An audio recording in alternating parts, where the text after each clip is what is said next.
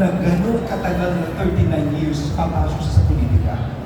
Hindi ko na, basta nung panahon na yun, naisip ko, bahala na future ko, estudyante ko, kinakusap ko daddy ko, Dad, pag-aralin mo ako 2 taon, pagkagabi ko 1 year, ikaw naman muna kung kuha ko panggatas sa iyo, but after 3 years, missing ko, hindi na ako ilisay ng pera.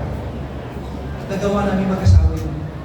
At ang unang anak na namin ay kambal, si Shara and Charisse. Ano ba yung video? Yung nga, pakita mo nga. Yan, kita nyo? Yan yung mga unang panahon na bago pa lang ako estudyante mo. Estudyante pa lang ako na alam sa second year law school. Yung lalaking kalong-kalong ko, si Councilor Benji po yan. Tapos yung dalawa, si Shara and Charisse. Sige, next. Yan, si Kambal nasa Baguio naman kami na. Parating, hindi kasi Benji, talagang kung kinasal namin, 34, 24, 36 eh. 36, 36. Tapos, siguro ang ibang nilon, 105. Akala yun na buntis na 220, kasi wala siyang pakialam sa katawan niya, importante na ibigay niya lahat sa anak niya. We're talking about nutrition, breastfed po lahat ng anak ko. Lahat po niya breastfed. Wala siyang pakialam. O, yan yung chip na gano'n. Kita niyo?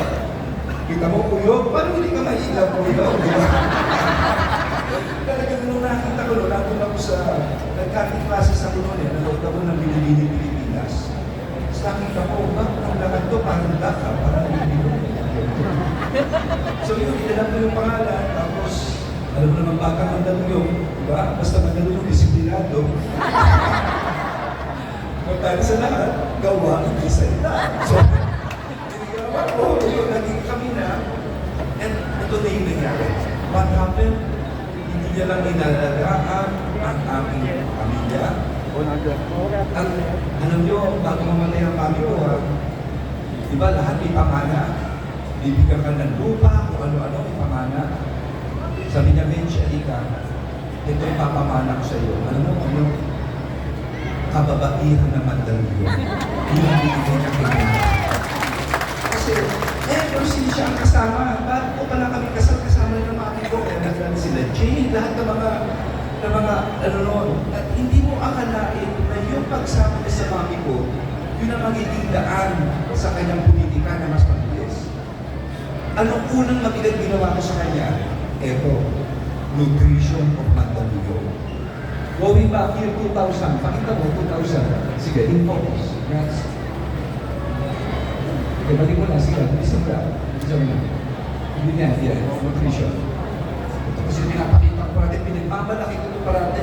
Yung utak ng bata, di ba? Sige, diretso na. Yung branching, dati, napatalaga, yung utak mo, mabilis, pero yung mga naman ko, siya halos ko nung walang kable, yung ano, walang neuron synapse. Next. Sige na, next, sige na. Malunggay, napakamura. Tapos, pinakamarami sa protina, kanikulang niya, mabubuhay niya yan. Napakarami substitute. No, next.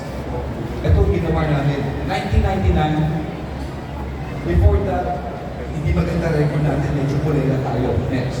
Tingnan po ito, basis ko, 1999, 25 years ago, may nature ni Benji. Siya ang ginawa kong City Nutrition Action Officer. Ang unang ginawa niya, tinawag niya lahat ng buntis. Ayan, sila. Next. Tapos, alam niyo yung ginawa niyo, no? Dr. Pecos Camarinos, nakita ko kanina, lahat ng buntis, binista. Tandaan niyo ito, tinukompute namin na on the average, isang barangay sa Pilipinas, 12 lang ang pinapanganak. 12 ang bagong bata. Kaya madaling ko siya. So yan, binigyan ng iron. Alam niyo yan, ng folic acid, etc. Next. Pagkapanganak, merong bibigo at habang buntis, binibigyan ng pagkain para paglabas ng bata nutritious. Di ba? Then, ginawa natin Millennium Baby Project. 25